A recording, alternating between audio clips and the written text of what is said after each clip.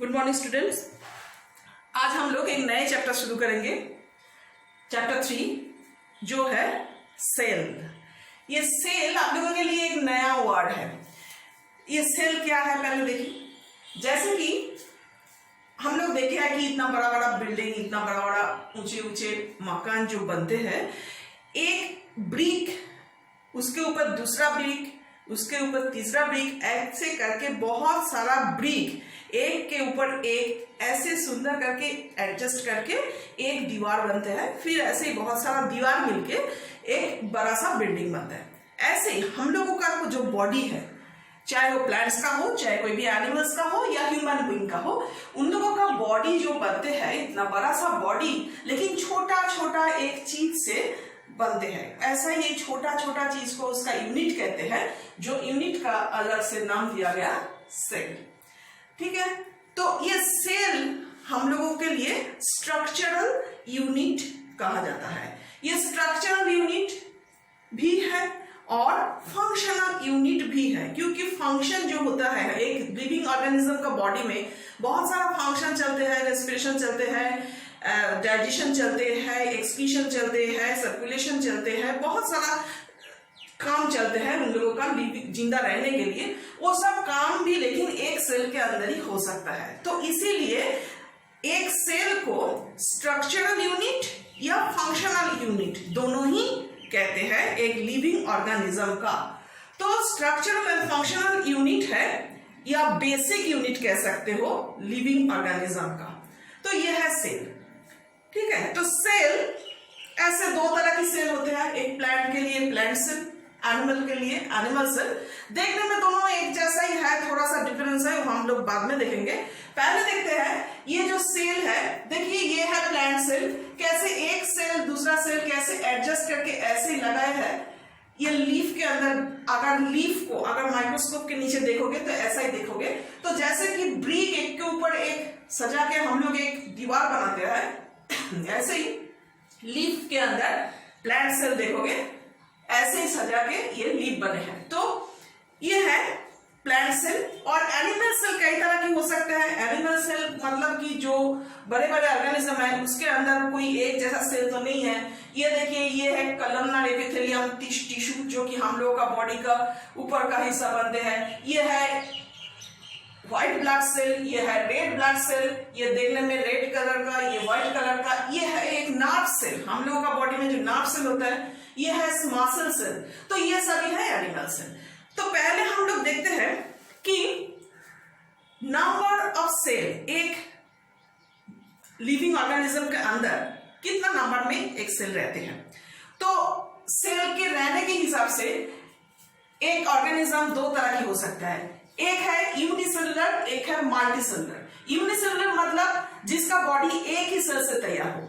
एक ही सेल से तैयार होने का नाम है यूनिसेलुलर ऑर्गेनिज्म। और मल्टीसेलुलर ऑर्गेनिज्म मतलब कि उसकी बॉडी में एक से ज्यादा, बहुत ज्यादा हो सकते हैं, एक से ज्यादा, कहीं कम भी हो सकता है, लेकिन एक से ज्यादा होने से उसको मल्टीसेलुलर ऑर्गेनिज्म हम लोग कहेंगे। यूनिसेलुलर ऑर्गेनिज्म जो है ज्यादा से ज्यादा उन लोगों को हम लोग खाली आंखों में दिखाई नहीं देते हैं, इसीलिए हम दो ड्रॉइंग किए हैं। ये है एमीबा नाम का एक लिविंग ऑर्गेनिज्म और ये है यूग्लिना नाम का एक लिविंग ऑर्गेनिज्म।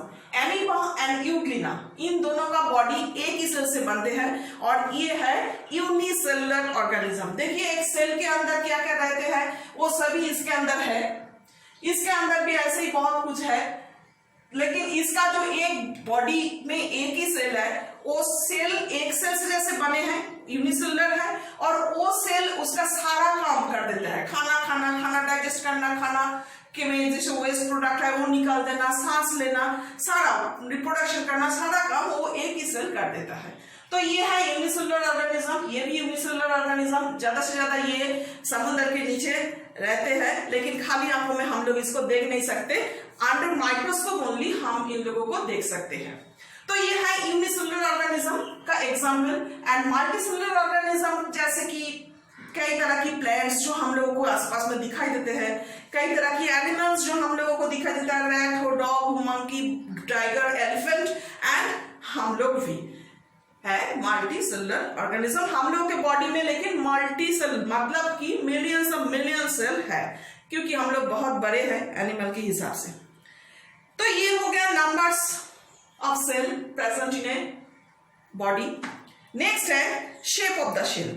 शेप कैसे हो सकता है? देखिए यहाँ पर एनिमल सेल का हम शेप दिया है, ऐसे प्लांट सेल का भी, एनिमल सेल का भी शेप कई तरह की हो सकता है। तो इसीलिए शेप कोई फिक्स नहीं है इसका। और ये जो एनिमल सेल का देखिए कॉलमनार एपिथेलियम टिश्यू ऐसे ही होते हैं। ये न्यूरॉन जो नर्व सेल बोले हैं वो ऐसे ही लंबा होते हैं, इसका इलोंगेटेड है बहुत। ये जो है देखिए एक मसल सेल दोनों तरफ थोड़ा सा साइड में ऐसे ही चिपक गए।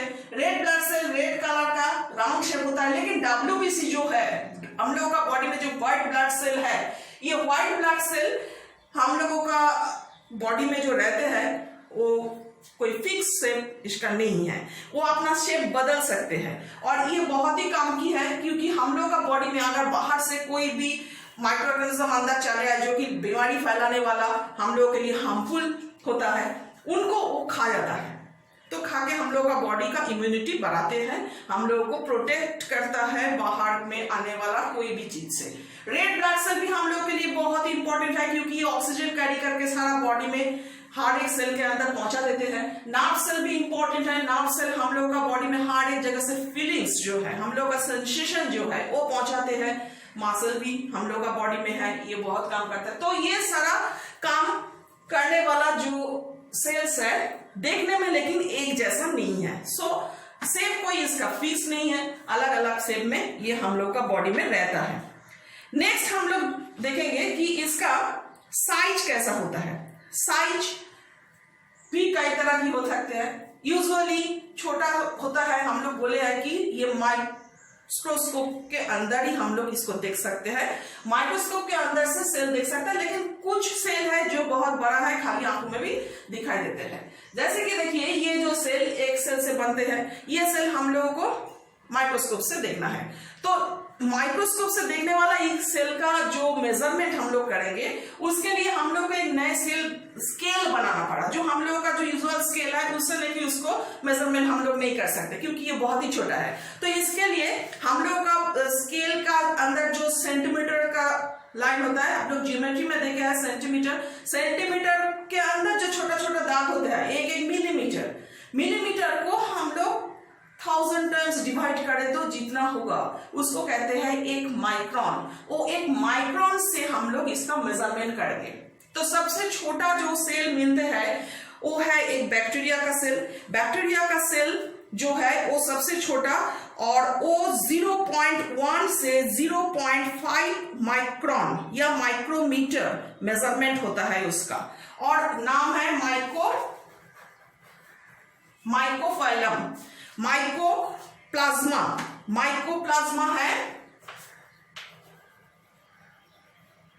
सबसे छोटा स्मॉलेस्ट सेल। ये 0.1 से लेके 0.05 माइक्रोन तक हो सकते हैं। माइकोप्लाज्मा एक बैक्टीरिया है, ये सबसे छोटा सेल है। और सबसे largest cell egg of ostrich, ostrich नाम का एक फ्लाइटुलेश बर्ड होता है, आप लोग सुना होगा। ये ऑस्ट्रिच का जो अंडा होता है वो है सबसे बड़ा सेल जो दुनिया में मिलते हैं। उसका मेजरमेंट है 17 सेंटीमीटर, मतलब कि आप लोगों का ज्योमेट्री बॉक्स में जो स्केल होता है वो 15 सेंटीमीटर का है, उससे थोड़ा सा ज्यादा लंबा होते हैं एक ऑस्ट्रिच का सेल का मेजरमेंट। तो ऐसे हम लोग जो घर में अंडा खाते हैं, अंडा कभी देखे हैं? अंडा को अगर तोड़ोगे तो अंडा जो है वो लेकिन एक सेल है। वो सेल के अंदर जो येलो वाला व्योक होता है वो है उसका न्यूक्लियस, एंड उसके पास में जो एक jelly like substance watery colour है उसका, वो है उसका साइटोप्लाज्म। अब ये सेल के अंदर क्या क्या रहता है ये तो हम लोग नेक्स्ट डे देखेंगे। अभी ये थोड़ा ड्राइंग कर लीजिएगा और याद कर लीजिएगा बुक से। नेक्स्ट डे हम लोग सेल का स्ट्रक्चर, सेल के अंदर क्या क्या रहता है ये देखेंगे। Okay, bye.